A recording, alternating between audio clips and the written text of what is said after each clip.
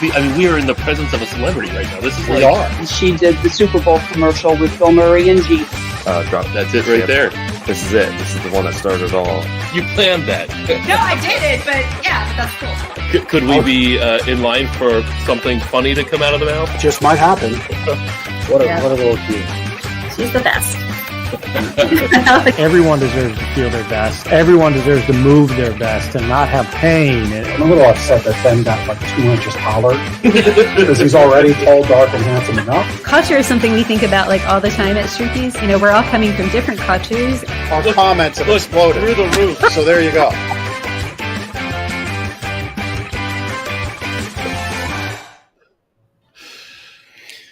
It's as much fun watching it the third time as it was the first time. That's 100%. That was our new intro. We can still say that. It's our new intro. Yeah. It's new for at least 3 months. Yeah. As long as it makes us giggle. That's right. That's the point, right? Spreading joy. Some good moments in there. And happiness here on Lancaster Connects. That's the mission on the mission of the mission. Something like that. Yeah. Yep. So we're back. Hope you had a great 4th of July holiday. I'm not afraid to say it. I started rewatching the John Adams HBO series over the 4th. And That's I cool. happened to catch on the evening of the 4th, the 3rd episode, which is where they swear in George Washington as the first president of the United States. Okay.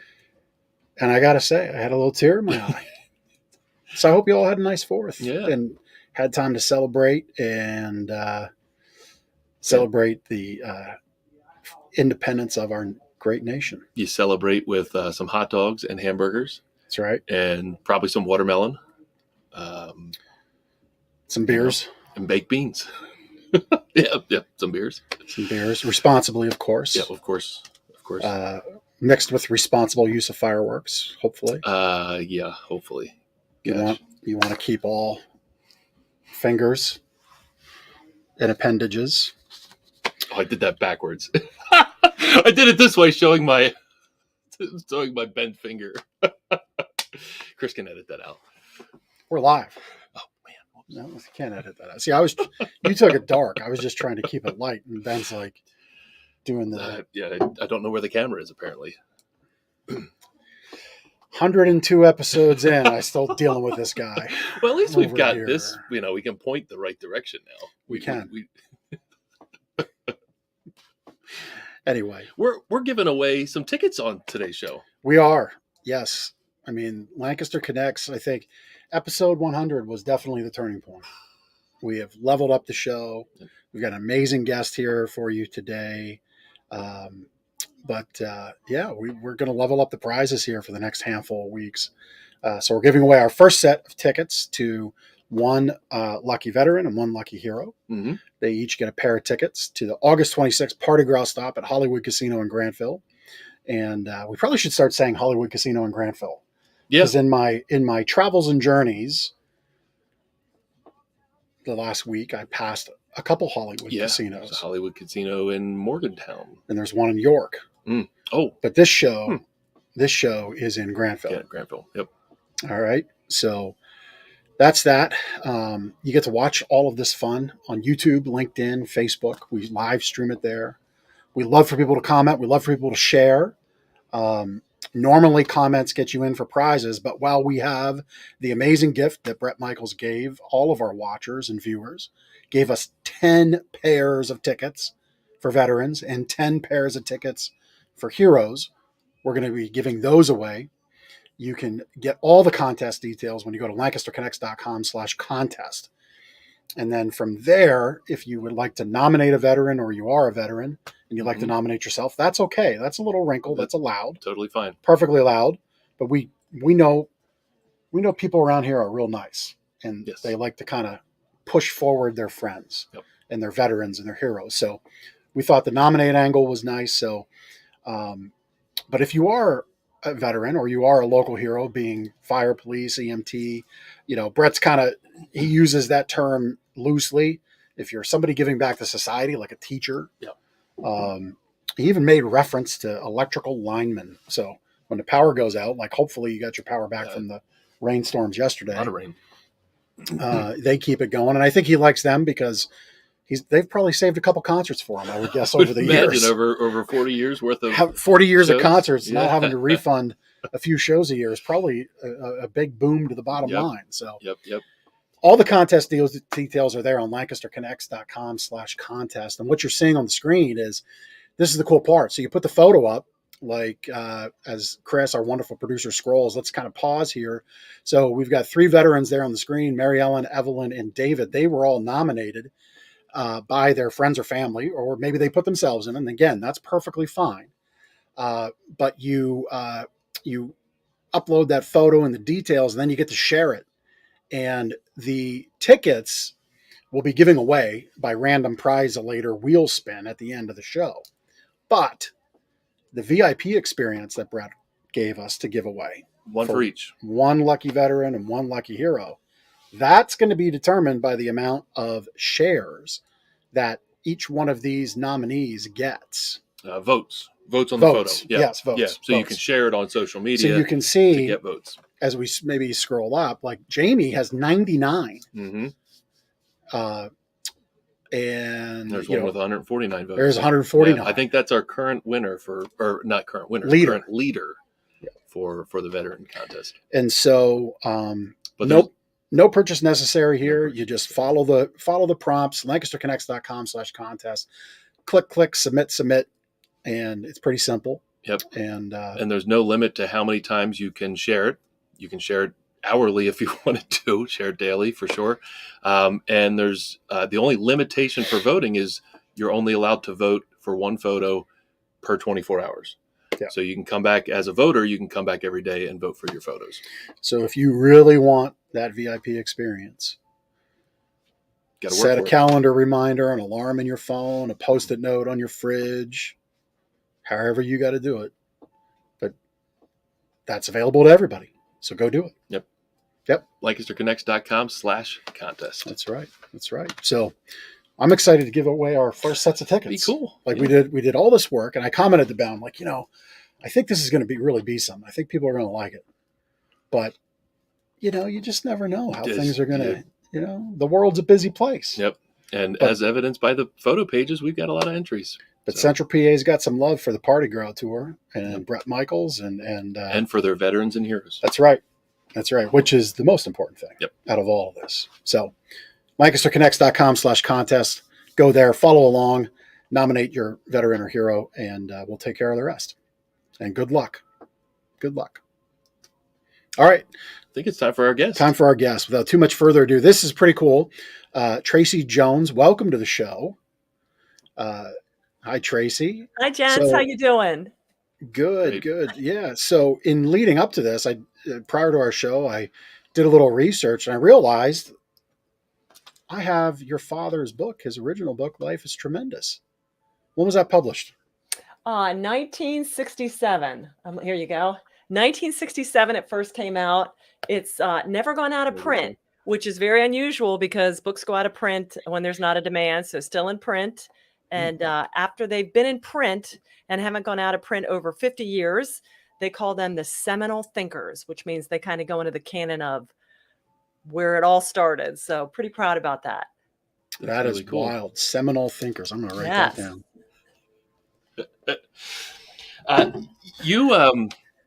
So let's talk a little bit about your father and the role he played in your life. Tell us about who he was, and then your upbringing with him, and then, of course, you continuing on his legacy. Let's talk a little bit about that. Sure, Ben. Well, I grew up in Camp Hill, Pennsylvania, but my father was originally from the South, from Alabama, so Southern gentleman. And as he said, he moved up north. He married a Yankee woman and had Yankee babies. So he was a true Southern gentleman, those of you that knew him. And he flunked out of school in the 8th grade. This is back, he was born in 27. So he was around as a young person during the Great Depression and was the oldest of 5 and just grew up really in poverty, but always told me he never had any idea how poor they were, like a lot of that from that generation. And so he just had this incredible sense of resilience, Those of you that know him, he had this incredible sense of enthusiasm, and he took work up. He followed his father up here. His father went to Alaska to work on the Alaskan pipeline, and my dad followed him there after he flunked out of school, just to work, because back then, even if you didn't have a job, you worked at finding a job because it was the Great Depression. So 8th or 9th grade age, yeah, your father treks to Alaska. Treks to Alaska with my dad. Cool. Right. Goes up there, That's works, wild. and then, stays there for a couple years, comes back, winds up in Pennsylvania, in Lancaster to be exact. And he crashed a Franklin and Marshall prom. And my father worked at where the convention center was. There was a men's clothier store there.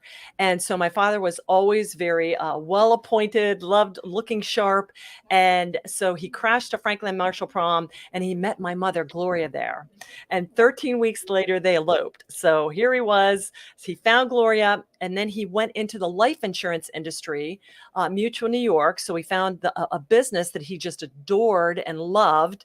And with anything in sales, the more you put into it, the more you'll get out of it. So he was a natural born salesman. And because he came from nothing and he understood the value of taking care of your loved one, he loved the life insurance industry. And then he became a Christian. And so Jim Shelley jumped in his car in Lancaster, and Charles was going to sell him a life insurance policy, and Jim Shelley sold him eternal life insurance policy. So he came to Lancaster, he found my mother, he found the industry, and he connected with Christian businessmen, CBMC. And so they really mentored him. So he found the love of his life, the work of his life, which he poured into until he went out into speaking and teaching and motivating and writing. And then, he's just an unabashed man of faith. So growing up with him, as you can imagine, there wasn't a lot of thumb sucking and complaining. You know what I'm saying? He was very driven and positive, but man, was he disciplined. And because he came from tough times, I tell people, it was like a cross between boot camp and a sitcom. Okay. So like we're 5 years old at the table, and he's like, okay, what do you want to do with your life? And I'm like, I just want to make it to first grade kind of thing. So, and like reading books, I think I read How to Win Friends and Influence People and did a book report when I was like 7. Most kids are reading The Pokey Little Puppy, but he's like, no, you should start reading personal development now, because the sooner you read it, the more tremendous your life is going to be. So he was just resilient. He never complained, and he always let us know everything bad that happens to you is to make you a stronger person. And that's a biblical principle too. So we kind of grew up with this, work and fun is kind of interwoven. You should love what you do. And you should always be working hard, and fail off and fail early, because that's how you become a more empathetic, a stronger, and a more wise person. So it bugged me to no end as a kid, because he was really strict and he was very strange. Like, he took all the TVs out of the house when we were in high school. And this was like in the late 70s, when there wasn't even trash on it. But he's like, no. You get a job, you can play sports, you can volunteer, or you can read books. These are your choices, but you're not going to watch that crap on TV. And so, I was like, God, the inhumanity. But man, I'm glad now. He really helped us. And then when we were 18, he's like, you're on your own. Go live your life. But up until then, he really kept a focus on us, and it annoyed me to no end. But looking back, I'm so thankful, because if he didn't do that, I tell people I'd probably be living in a van down by the river. You know what I'm saying? Right. To quote the other great personal development expert, Matt Foley. My brain was working between the Matt Foley and Chris Farley. Yeah, geez, I was just about. Oh, and somebody said here, Thank Watt you. and Shand. Thank you for having my back there. So. Amos said in the notes, Watt and Shand was the name of the store. That's where he worked, and where he loved, and he was always a very sharp. And Tom James, those of you that go to Tom James the clothier, he always spoke to them, and they still buy our books. And so Charles always looked the part. Yeah. Yeah. You unpacked a ton there, Tracey, and we're going to dig into some of it. But like, I'm just wondering, like, how do you crash a prom? Like wedding crashes, right? Well, okay, so 27, he was born in 27, so it was like early 40s. He just did. I think you just show up, and and my mom didn't go to school there either. So I think it was open to the public, and he showed up and he went up to her, and that was it. That was That's it. They awesome. were smitten, and he didn't have any money. He couldn't afford a ring, and she didn't tell her parents, the Burkharts, Sam and Elizabeth Burkhart, because here's this guy. But she was just smitten over him, and he would always say, marriage is not about compatibility; it's about commitment. So Mm, they just committed Hmm. to that was it. Through good, bad, through rich or through poor, sickness and health, they did it. that's a pretty amazing story. And thanks for sharing all about your childhood and the rules he had in place, and we have teenage kids now. Each have a child who's a teenager, and the screens are a big thing, right? Screens are a big deal. So to even back then take a screen away, for an entire period of time in your teenage years, that's a big deal. Mhm. That's so cool. So tell us about. I'm curious about the word tremendous. Like, where did that come from? Like, it seems like that was his word, his catchphrase. That is his word. Well, it's funny, and he talks about that in the book Life is Tremendous. And he said in the book, he says the reason he got the nickname Charlie Tremendous Jones is not just for the title of the book, but he said, I was an 8th grade dropout and I had a very limited vocabulary. And he said, when somebody would say, "Hey, Charlie, we just had a new baby," he'd say, "Tremendous." "Hey, Charlie, I just got promoted at work." "Tremendous." "Hey, Charlie, my mother-in-law just died." "Tremendous." He had a lot of mother-in-law jokes. Kids these days, they don't get it. But back then, mother-in-law jokes were big, big, really funny. So he said he got the name Tremendous due to a limited vocabulary, and people would laugh at that. But his point behind it was, be careful of the word that you always use, because that could stick and become your nickname. So he would just say everything was tremendous, even if it wasn't. Just in saying that, let people know that enthusiasm is a choice, and you can be miserable, or you can be happy miserable. It's your choice. And so the tremendous just stuck with him. In earlier in our time, you had said about how Life is Tremendous is one of those now seminal thinker books, 50 plus years in print. It would seem to me that your father, Charlie, would probably would love it if some of his lessons in his book would get into our high schools and middle schools on the concept of failing faster. Mm-hmm. Because the thread, and maybe we'll talk about this for a minute, because this episode is a little different, right? Where you're from Lancaster, you got a story about Lancaster, but you help people in Lancaster and obviously around and outside. And we'll talk about how your experiences have taken you far and wide, and now you're back here at home. But I think for our community, there's a common thread. If you've got teenagers, and I've got 2 of them. One of them, my oldest, we really struggled throughout school. It's a story I've shared publicly, so I'm not sharing anything I shouldn't. My youngest is our good student. But the thread in schools now is that it's okay to fail. You can take a test 5 times. You can get your homework in so long as it's in by the time I have to grade it. This concept of failing is a negative today for our young people that are learning. And I personally feel that's very wrong. I think we need to teach kids how to fail, what to learn from failing, and how to do it faster to get the success. Can you expand on that? Well, absolutely. And my father would tell me that. He said, "Tracy, as you grow up, the quickest way to success is to cram 50 years of failure into 15. And so I always remember that. And I thought, okay, I sold books door to door with Southwestern. I went to military schools. I took jobs. I mean, I just said yes to everything, because I thought I need these experiences, because these experiences, they give you seasoning, and they give you wisdom, and they give you keys to open future doors.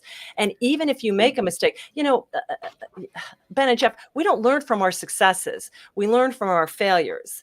Now, I don't like to fail. Okay. And kids will be like, "Well, I'm just going to not put my work into it." That's not what we're talking about.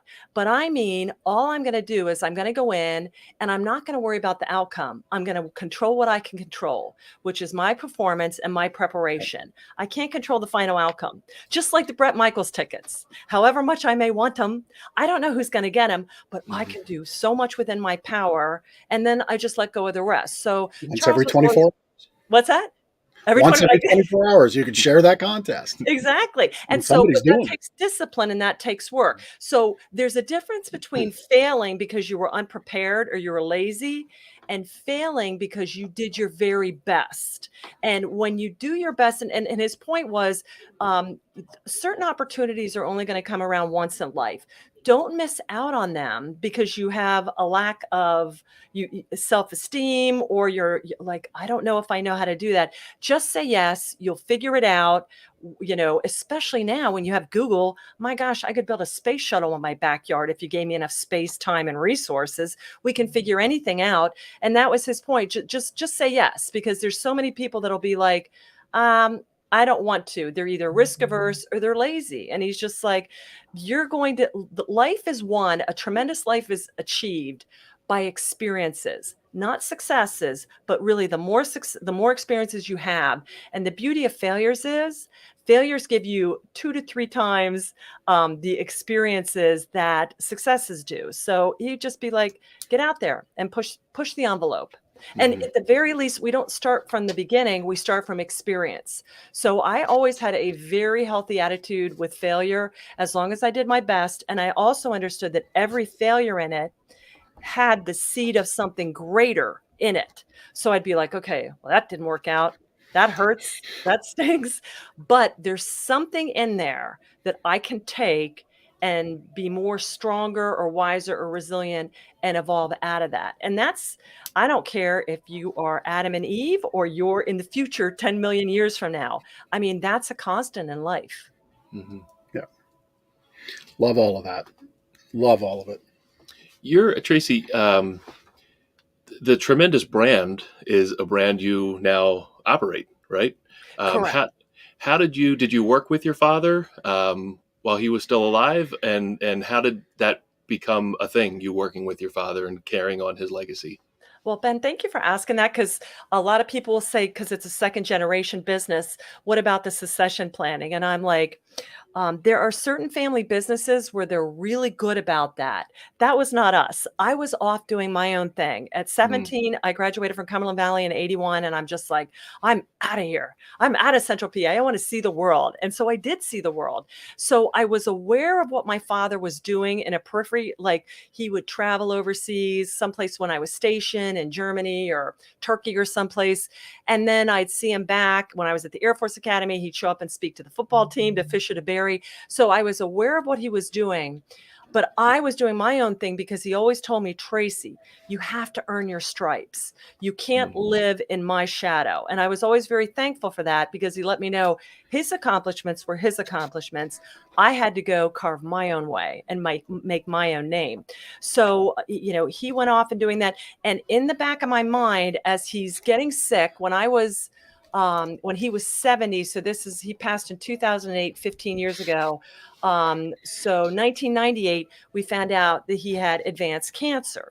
And I remember thinking, just in the back of my mind, okay, but he lived another 10 years because, he was so robust, and he's like, no way. But he eventually, it caught up with him, as mhm. cancer does. And I remember I went to a National Speakers Association event just to represent. I wasn't speaking. I mean, I was in Fortune 100 companies. I worked for the government. I worked for the National Security Agency. So I was in vastly different field than coaching, publishing, creative spaces. I mean, I'm an engineer by trade, so I'm in technical fields. And I remember just so many people were there leaving him notes because he was too weak. And I remember thinking, man, I'm going to come back and I'm just going to make sure that his legacy is protected and secure before I go back into defense contracting again.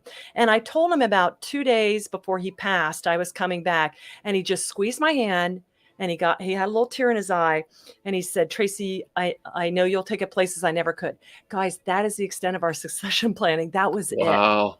And so a lot of Hmm. people, and I thought for a minute, isn't he going to ask me to come back? Isn't he going to ask me? And I thought about it months later. I thought he couldn't, because he knew it had to be my decision. And what daughter with her father on his deathbed, if he said, would you come back? Of course I'd say yes. Even if my heart wasn't in it, I would say yes, because I would feel an obligation. But he knew enough. You guys know about running your small business. Boy, if it isn't your baby, if it isn't your labor of love, if it isn't your covenant, man, you're going to be like, why did I ever tell him that I would come back and do this? So Yeah. that was it. And then he actually was gone for 3 months, and then I came back in January. So we never worked together. And I'm going to tell you one other thing for our listeners out there. He and I are so much alike, but so absolutely diametrically coded differently. The few times I would come back from time to time when I was transitioning in between careers, it was it was not smooth sailing because we probably were too much alike. And he was the founder, but I was an operations person. So it was best that I waited until he was ready to do a complete relinquishment of the reins. And that's when I came back. And that's why I tell people with second generation businesses, it's tough because you still have the founder there and you have to respect them because they birthed this thing. But then you're waiting for them to let go, and it's tough. It's tough if they're still there. So that was it. So I tell people, don't stress too much about the succession planning. If it's meant to happen and this is what you want, it's going to happen. I'm sure he would be quite proud of what you. you've done with his tremendous brand. Yeah. And I think, your father, Charlie, was very focused and very intentional about his words because he knew the power of them, right? Yes. Even a man with limited vocabulary. And so that statement, take it places I could never take it, I think wasn't maybe verbatim, but was, you'll take it places I never could. Yeah. That was probably one of the more profound things he could have ever said. And Jeff, because it's that challenge to you, it was. Right? And the hope that he saw it even, and you guys, we're all small business owners, there are days when you're like, dear Lord, I mean, I've been at this 15 years and there are times where I'm like, what about that tipping point? Didn't Malcolm Gladwell or somebody say 10,000 hours? Well, that's 5 years. So, we all get these days where we're like, is this ever going to happen? And if it didn't happen, should it happen? Should I go back and work for somebody? So those words, as you said, Jeff, there are times where that really gives me such encouragement to go, nope, he saw it. I may not see it just yet, but it really is good. And the power of words, that superseded being back, working under his wing for years and years. And the other beauty was coming back, I got to go through cases and volumes and volumes and libraries of his writings and book. And I got to know him in a way that I never did. Because remember, I left home at 17. So I knew him. I knew he was this successful guy. I knew he was kind of, I wanted to go earn my own stripes. But coming back and seeing all his writings and things like that, I really got to know him in a way that I never did before. So I was so thankful that I still get to see his words and learn more about him. Yeah. Very, very cool. That's cool. So you've authored nearly a dozen books, which is very cool. Thank you. It's funny how we're put in places we're meant to be in the moment it's meant to happen. Because I'm in the middle of authoring my own book right now. And awesome. In full transparency, I don't know if I dropped the ball last week. I had an opportunity. I planned to launch it on July 19th. I've now pushed that back because it just didn't feel I had all that it could be in it to make it great. And I was struggling with that for a few days. And so I just kind of sat with that. And now today we're back on the plan. And, so I'm sharing it here. Ben overheard it today. It doesn't matter because it's my date and it'll happen. It'll happen at the right time.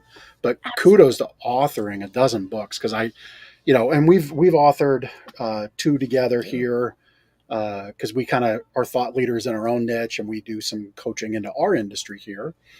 But a dozen books, I mean, it's a lot of work. That's a lot of work. Walk our listeners and watchers through that because I think everybody's kind of got a book in them. A lot of people think they don't have experience. They don't think they're smart. They don't think that they got a story to tell. But we're one of one in a population of 8 billion people. There's 8 billion stories out there. So tell us about some of the stories you've written about. Well, thank you. And back to your point, one of Charles's things was, as well as a speaker, where he really became known for as a publisher. And then he'd publish these guys' book and he'd get it out there, because his thought was, if you go through something and you don't share it, that's very selfish, because you were meant to go through something to be an encouragement or an inspiration to somebody else. And yes, that's great if you go and speak, but unless somebody heard you, they may miss out on the opportunity. Now it's different now because, people can get online, but a book. I mean, we read books thousands and thousands. I'm in the Bible every day. Thousands and thousands of years ago, I'm still reading the words. So he really let people know that. So I come back and I'm publishing books. We still publish at least a book a month. And I and people are like, you need to write a book. You need to write a book. And I'm like, I don't need to write a book. There's so much good stuff already out there. So I had a dog, Mr. Blue, my first dog, Mr. Blue, Chief Motivational Hound. And I thought, I've got to write a leadership book, True Blue Leadership, the top 10 tricks from the Chief Motivational Hound. And I'm going to write it from the persona of the dog. Work like a dog. Don't bite the hand that feeds you. There you go. That's Mr. Blue. He's the one that started it all. And because I would put on social media, I'd put these leadership things that I've learned from running people and, whatever, crickets, like leadership, whatever. Everybody, it's not really what people were looking for. But I'd put a picture of Mr. Blue up and say, Mr. Blue snipped out a great title, and everybody would like it. So I'm like, yeah, I get this, whatever sells. Animals, animals and babies. So Mr. Blue wrote the book. He was my first book. And then somebody said, hey, there's a dog on it. Is that for children? And I said, no, it's not. It's for, young people and adults. And I thought, but why can't Don't Bite the Hand That Feeds You, Work Like a Dog, dealing with life's vacuum cleaners, why can't that be for kids? So then I took that and I made that into a children's book, From Underdog to Wonder Dog. And then I got my second Australian Shepherd, Ruby, who was she was crazy. She was a rescue and she had so much baggage. And so then Ruby and I wrote Saucy Aussie Living, the top 10 ways to get a second leash on life. And then it just went from there. And then I wrote, so half of my book, 7 out of my 12 books are dog centric. Roscoe the Rascal, No Roscoe, is for preschoolers. That's ages 2 to 4. And again, it's all about listening to the rules. Okay. There's some adults that could probably read that book and get a lot out of it. And so then I wrote Beyond Tremendous, which is really, it's a 4-year compilation of my 400-word blogs. And I tell people that, well, I can never sit down and write a book. Sure, you could. Do you blog? Yeah. I bet you got 20,000 words already written. So that's what Beyond Tremendous was. And then I wrote A Message to Millennials. You guys talk about your teenagers. And that really is taking the 7 laws of leadership from Life is Tremendous. And what I studied in my dissertation was how to be a good follower. Because what I teach young people is the type of follower you are today will determine the type of leader you're going to be tomorrow. And if kids will say, well, no, it's my way or the highway, I tell them, you're never going to lead, because at the heart of leadership is followership. And so, so it just kind of, and I just adopted 2 Australian Shepherd puppies. So they've got books in the work, and I have another one coming out for my father's 15th anniversary of homegoing and all that good stuff. So lots of books, and we publish a lot of books, and we do a lot of children's books too. But typically they are all, we just had, there they are. Tanzanite, Ruby. We just had, and am I getting anything done other than staring at them? No, not a lot. But we just had a book come out, Tales from Tibet, Leadership Lessons for Young Lives. Philip Mart wrote that, and that is the Boy Scout leadership and character develop lessons. And so every time we use animals as an inspiration, it is always about character development. We publish Boxcar Indigo's to Doggy World, and we partner with PSECU, Members First, Belco, AmeriChoice. We partnered with credit unions to teach young children financial literacy. So Tremendous Life Books and Tremendous Leadership, if it gives you a more tremendous life, we'll publish it. Yeah. Love it. Love it. And on the note of publishing a book, our wonderful producer, Chris at Cast Ahead, who does all things podcasting and podcasting production and getting your show out there. He makes us look great. Our guests get to show up. They look great because their stuff is shown on screen and it's in the show notes. But it doesn't have to be as grand per se as what we do. You can start with a podcast. You can start with a book. I mean, we all have our phones in our pockets where you can, speak out something. So if you're not good at writing, you can speak it out. You now have an app called these AI apps that you could take that text that you spoke out and say, rephrase and rewrite this better. And so I would just challenge everybody out there, because I'm going through this process now. And Tracey, you've helped, sounds like, hundreds of people um, publish their own books. Yes. If you've got something to share, don't let the heft of it all overwhelm you and not do it. Right. Well, Jeff, you're about to birth your book. Okay. So I tell people, writing a book is poetry and plumbing. So there's the inspiration, but then writing a book is it's project management. It's A to B. It's very mechanical. And the other thing is, just as a new author coming out, the other thing I tell people, you may find a mistake, or you may go, oh, I needed to do that different. Now with Amazon and KDP and digital files, you don't have to print 10,000 copies with a typo in it anymore. I just, at any given time, I'm like, wait a minute, I misquoted that source, or I spelled that word wrong. Pull the files right down and put them right back up. And I go with my authors and I'm like, so it's always a work in progress. There's always things that you may want to tweak and change. You just pull the files down and then you put them right back up. And especially now with Amazon and KDP and print on demand, it's real time. So anything you get up there, but I love the fact that you said, Jeff, hey, you just felt like maybe it wasn't right. Wait, you'll know it's right. There's a difference between wanting it to be your best effort and analysis paralysis. I kind of help authors get through analysis paralysis, but it is scary putting your words out there. That's why I let the dog write the book, because nobody's going to poo-poo a book written by a dog. Only a horrible person would say that's a bad book. That's right. Yeah, he's going to trap Blue. Them and cat people. Yeah, that's true. That's true. Yeah, you might get some of that. Yeah, I did get some hate but then I put out a book by Professor Orange, Prince William Orange, my cat. So I'm cool. It's all cool. There you go. Okay. Yeah. Tracey, what you have a mission statement. What is it, and how is it being translated in your books and through your other efforts with the Tremendous Leadership brand? Well, it really is to change the world one book at a time. And there is a school of psychology called bibliotherapy. Of course, biblio is the root word for book, and therapy. And what it is basically, I tell people, read 2 books and call me next week. So much of the time we are stuck in our own minds or in our own heartache or heartbreak because we're fixated, we're looking inward. And people would come to my dad. I watched this throughout the years, and they'd come in and they'd be broken, a divorce, an illness, they lost their business, their kid got in jail, and they'd come in and they'd just be crying. And Charles would just say to them, go to my bookshelf and just pick a book. Just pick a book that catches your eye.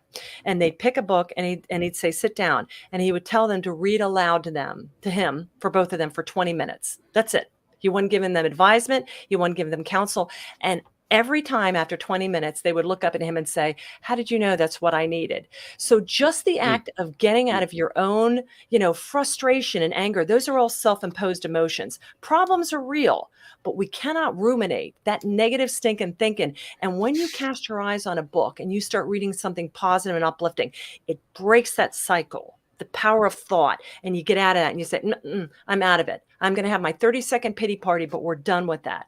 So that really is telling people, his seminal statement was, you will be the same person that you are 5 years from now that you are today, except for 2 things: the people you meet and the books you read. So if you want to grow old tremendously, hang around great people and read great books. And that's why I love this podcast, because you are connecting people that wouldn't have had the opportunity to meet. And then we're talking about great books. So and whenever I meet somebody and they're like, oh, my life's terrible, blah, blah, blah, blah, blah.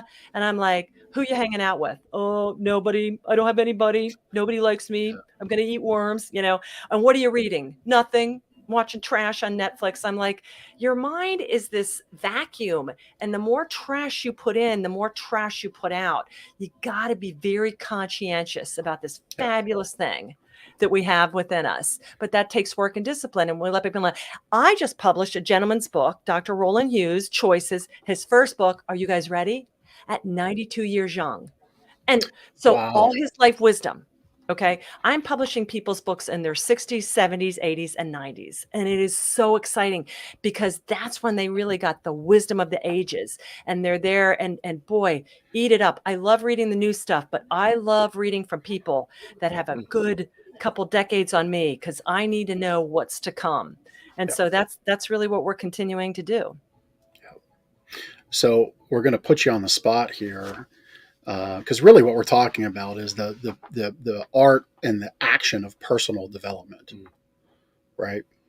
And so and Charlie was was in, I would say, the generation one group of those folks. Today people have heard of Tony Robbins, and there's any other number of people out there on social media. But I think it's always important to go to the bedrock of any topic, subject, issue, and get source material. So I would definitely put Charlie in that bedrock of source material on the topic. So on personal development, putting you on the spot, what are some things that people can work on and do? You've talked about discipline. You've talked about habit. Let's expand on that as we look to maybe wrap up our time together. Absolutely. Well, I would absolutely make a habit out of reading. I would also, my habit, my day, and I'm pretty disciplined about it. Wasn't always, and there are times when I fall into a slump and get a little off track. Start your day in a time of whether it's a devotional, meditation, a quiet time, centering. Okay. I get in and I read 5 Psalms and 1 Proverbs every day. That gets me through Psalms and Proverbs 12 times a year. It just gets me centered. And you can't believe how much Proverbs talks about business. In my opinion, it's one of the greatest leadership books of all time. And then I'll get hit with something and I'm like, hey, I just read about that in Proverbs. I would make sure throughout the day that you are really focused on the people, the conversations that are value added. And that means you're going to have to abandon a lot of stuff that you like and want to think about and start doing the things that you need to do, the habits. So you got to be really a taskmaster with yourself. You got to figure out who you are. You got to figure out what you want. And then you'll know what resources you need to get there. But so many people have not taken the time to really find out. Like when I came back, I really had to sit there and say, I know I'm my father's daughter, but I'm not him. So I really have to unpack who is Tracey and what is Tracey going to bring to this table? Keep the DNA, but I am not him. And then what is my calling? What am I put here on this earth to do? Because every day, you guys know it. Oh, do a podcast, do a speakers bureau, do this, do that. And I'm like, I could start a new project every day, but you really got to maintain focus. And then you'll know who to go to as far as, Chris helping you with this fabulous podcast, the person helping you publish your book. Then it all falls into place. But most people, the problems in their life are going to originate from one of 2 problems. They don't know exactly what they want, or they know what they want, but they don't know how to get it. And 80% of the people is they haven't really taken the time to figure out what they want. Because once you know what you want, especially in South Central PA, we're in like the mecca for people helping people. I mean, I've lived all over the world. I've been in the military where we would take a bullet for each other. Okay. But there's something about this area with the connectedness and the resources. There's wealth, there's connections, there's people that have ideas, there's mastermind groups. So you have to figure out though first what it is exactly that you want. So books will help you read that. Books will help you podcast, and then write down not what you heard somebody say, but what you thought as a result of what you said. And when the time is right, if you put the effort in, your faith will become real in the works and the habits that you do. That was a masterclass. Love it. Love it. Thank Love you. all of it. Tracey, what are the best ways to connect with you? Obviously, there's your website, social platforms, and whatnot. What are the best ways to start digesting your tremendous stuff and connect with you? Oh, thank you, Ben. Well, if you sign up at Tremendous Leadership, you get like 3 free downloads of the ebooks. We have these wonderful little booklets. Okay, there's one of my dad's speeches. Oop, here's one on Patton. That's a good one. Okay. Here are the 3 decisions. My father said there's only 3 decisions in life you have to make. So get on the website, tremendousleadership.com, sign up for our newsletter. And we have a couple emails that go out every week. our Leaders on Leadership podcast, where we interview leaders on what it takes to pay the price of leadership. We also have our new releases. But you can send me an email. It comes to our global headquarters in Enola, Pennsylvania, and I will answer it directly. And also, I love LinkedIn. I love connecting on LinkedIn. I think LinkedIn is a very robust and powerful platform. We're on social media too, but also get on YouTube, get on Tremendous Life Books, because I have all my father's archive stuff there, all digitized. He was funny. He was hysterical. If you need a joke for a speech, you need something to make you laugh or cry, or a book recommendation, get on our YouTube channels, Tremendous Leadership and Tremendous Life Books. And I would love to connect with you. That's awesome. Fantastic. Fantastic.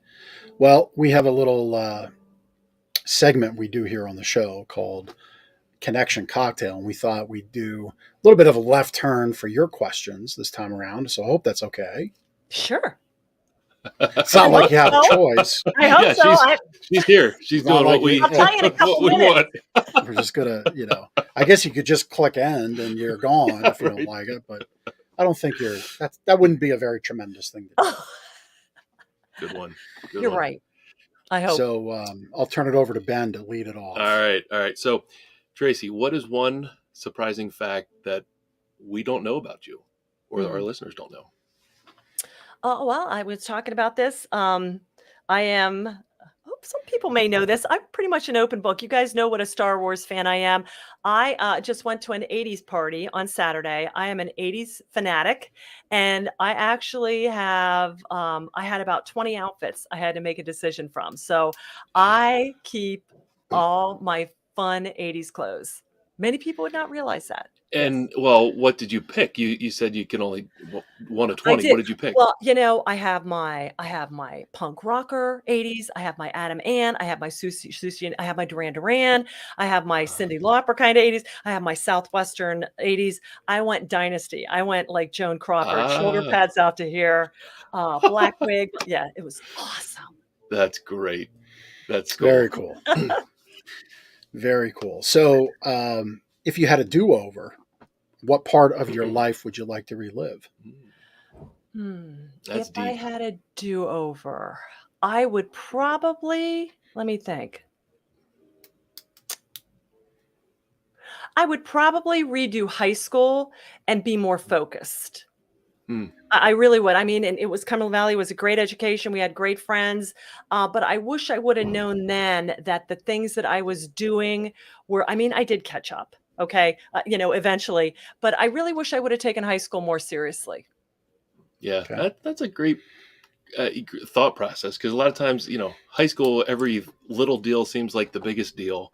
And in the grand scheme of life, it's not, but you don't realize that until much later. Exactly. Yeah. That's cool. Thanks for sharing that. So you spent a little bit of time here in Lancaster, and of course your father has some roots here as well. Can you describe Lancaster for us in one word? Eden. I think if we didn't know that the Garden of Eden was not over in the Middle East, I tell you, I think Lancaster, Pennsylvania is the Garden of Eden. I think there's nothing more beautiful, faith-filled, entrepreneur, 4 seasons. It's sheer perfection. And I can't believe I left at 17, but at 45, I was like, and I've lived all over the world. All over the world. And I come back and I look around and I'm just like, South Central Pennsylvania is the most gorgeous, opportunity-filled area of all. That's really cool. There you go. So Eden, it is Eden. There you go, Lancaster. Everything. Yeah. Little bit of a wake-up call there. A little bit of tap on the back of the head. You're living in Eden, Lancaster. Yes, you are. So act like it. Yes. So says Tracey Jones. Of life and opportunity. Yes. Love it. That's really Love cool. It. Tracey, this has been a pleasure. I talked with you in a pre-show about having you work with some of my friends and one of the groups that I work with and help lead. I'm going to make another introduction to another friend who I think you'll really enjoy. And that's what this show is about. It's about making connections. John, Tyler, Amos, thank you for your comments throughout the show. We appreciate you tuning in for sure. Thank you. Thank you for your time today. Really appreciate it. And John, I have 3 cats too. So I have one right at my feet. So I love them both. Yeah. I have 2 dogs and 3 cats too, but Oh, right. Yeah, yeah. I'm not afraid to say it. I prefer the dogs all day, every day. You do. I could take or leave the cats, but Yeah. everybody else in the house likes the cats, so Yep. I lose. But anyhow, no matter what you like, hopefully you like Lancaster Connects and you like our guests that we have on. Tracey, thank you for stopping by. We appreciate you. And Thank you. thanks for your time today. You're welcome. What an honor, guys. Thank you so much for allowing me to share your tremendous platform. You're welcome. Love it. Thanks. All right. Well, if you want to be a guest, an amazing guest like Tracey, and you have something to share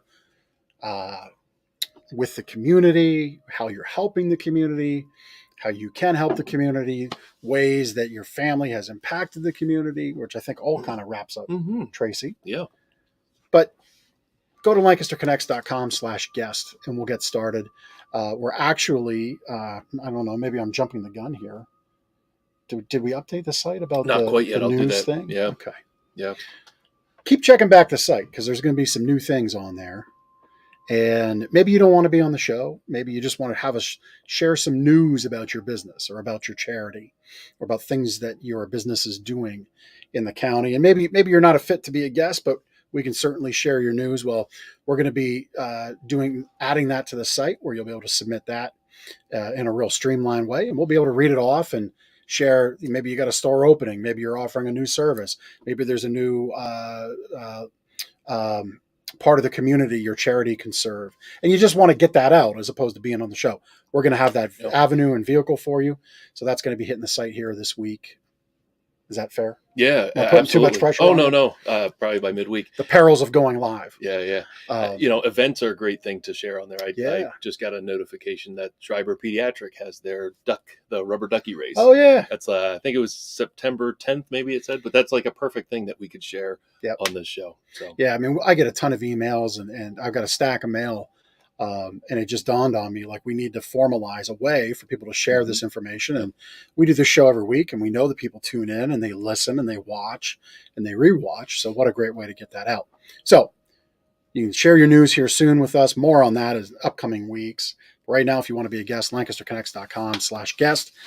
We do prizes each week on the show. This week, soon, we're going to give away our first pair of tickets to both a veteran and a hero. I think some of our commenters are patiently They're waiting patiently for our waiting. giveaway. Well, we're going to get all 59 minutes out of you. No, just kidding.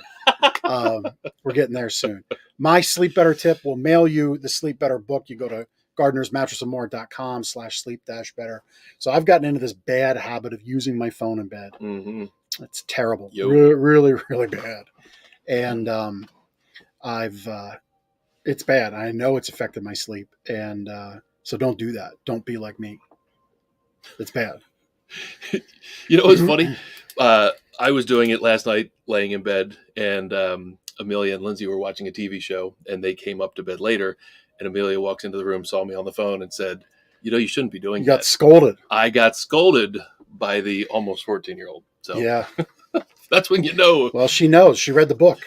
Yes, she did. Yes, she did. And so that's the tip. And if you want more great tips like that, we'll send it to you. gardenersmattressandmore.com/sleep-better. We'll mail you out a copy for free. All right, testimonial time. Gardener's Mattress and More. These 4 walls, with which we sit in. A nice little handwritten testimonial that came in. We give our customers a little baggie of stuff on delivery and some feedback forms, and we always get mailed ones back. So this one came in from Gail recently. She had an excellent experience with gardeners. Her friend Cheryl told her about gardeners. And she, during the sales process, she wasn't sure. This happens actually often. She wasn't sure if her bed frame, which was a full-size frame, could be converted. Actually, I should just read it. I want to be sure I say it right. Just read the words that are right in read front the of you. It's called a script. She wasn't sure if her bed frame could be changed to full. So I think she had a queen. Wasn't sure if she could change it to full. So we offered to just go out to her house and check it out. Likely one of our guys, either on the way to the store or on the way home, stopped by her house, took a look at the frame, made some recommendations, and we determined that it was a queen, and she went with the queen size, and we helped her with a new price because she was looking at full size. But she said, excellent service by all, with 3 underlines underneath it. So thank you to Gail. Thanks for that testimonial. But we do that sort of thing all the time. Before money is acted, we want to make sure we're getting the right thing. And our customers love that. Yeah. And that's, I mean, listen, those are the kinds of things. It's always good to support a local business. We need to earn your business like anybody else would. But we're always, I think, put us head to head, we're going to go over and above. And I don't know about you, Ben, but that was the first time I heard about that. So it had cycled all the way through the ecosystem of somebody coming in, phoning in, visiting, to the action happening, the sale being affected, and then the feedback coming back to us. And that's the difference here, is that you've got all of our team vested and interested in making sure that this is the very best experience you can have for your home. That's our goal, not just against other mattress stores. It's about whatever you're going to buy for in, on, or around your home. We want this to be the very best 5-star experience. That's our mission. And so it's always cool to see stuff like that. You know, I said 59 minutes. We're at 56 minutes. I think it is time. It is time. Let's fire up those prize wheels. With bated breath. We have 2 prize wheels. Should we do the veteran one first? Sure. Yeah. There are a number of entries, and this is at LancasterConnects.com/contest, and you'll see buttons for veterans and heroes. All you got to do is go in there, nominate by adding a photo, putting your information in there, submitting, and then soliciting for votes. But of course, anybody that enters gets entered into this prize, which we're giving away 2 tickets today to a veteran and to a hero, and then multiple tickets every week through the August first 14th. week of August. Yeah. So, first live spin. Here we go. Right? Yep. Let's spin it. So this is our first veteran winner, and it is Mr. Manny Acuna. Acuna. Yeah. Yep. Congratulations, Manny. That's awesome. That's cool. So, Manny, you've won. And so I'm pretty sure it's in our contest rules. Once you win, you're out of the contest for the random tickets. Yep. Of course, Manny, who's ever nominated you, if that's yourself or someone else, if you nominated Manny or you are Manny, and you continue to share your post, you're still in for that VIP experience. All right. That's what's kind of cool about this. So congratulations, Manny. Very happy for you. We'll be in touch on how to get you your tickets. So thank you and congratulations. And let's fire up the hero. This is like a double dose. I feel like we should amp up the energy. Right. We got 2 prize spins.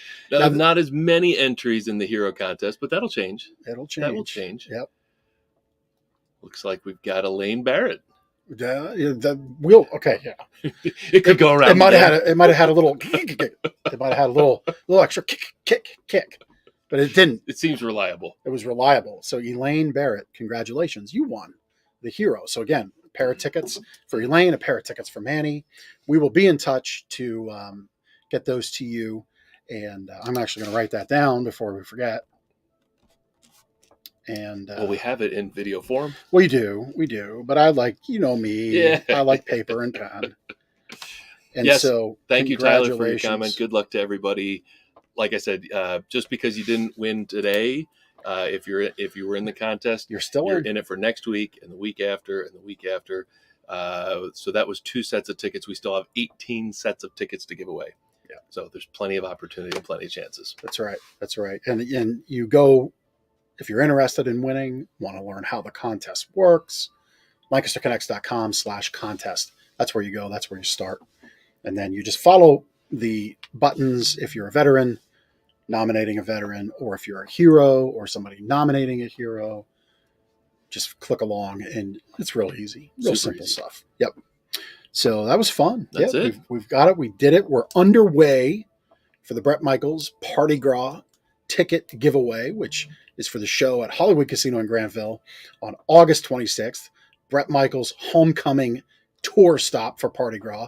He's very, very proud of it. Very proud of his efforts. He's putting on one heck of a shindig, as he would say. Yeah, shindig. Yeah. And you could catch experience. He said. Yep. And I'm sure it will, because the guy loves his hometown and genuinely does. And you can check it out on the 100th episode. You go on our YouTube channel, to check that out. You can listen to it, and we did a replay of it last week as well on episode 101. But you'll get the fever, you'll get the pulse, you'll get the spirit of what is going to happen on August 26th. And listen, if you just want to buy tickets, please, by all means, you go to livenation.com. You can buy tickets there. But thank you to Brett for having these tickets for us to give to Elaine and to Manny. Congratulations again. You know, I've had a few people see me within the last couple of weeks and are like, did that really happen? I'm like, yeah. Go watch the episode. Well, he was really there. You know what's so interesting is I was going through, I listened to podcasts on my way into the store. Okay. A very famous podcaster has a parallel podcast now in the AI universe. So, and they made no bones about it. It didn't really happen. It was all fictional. It was an AI conversation between host and guest. But I guarantee you, and we got the emails and the text messages to prove it. That was very much Brett Michaels on the phone. It was very much Brett Michaels. Yep. And so we didn't AI it because we're still figuring that out over here. I think his team would shut it down. Probably. But yeah, it happened. And it's going to continue to happen. 18 more sets of tickets to give away. Yep. LancasterConnects.com/contest is where you go. Good luck to everybody else that remains. Share out those entries because that's what gets you in for the awarding of the VIP experiences on August 14th. All the details, LancasterConnects.com/contest. And we'll see you next week. Till the next connection.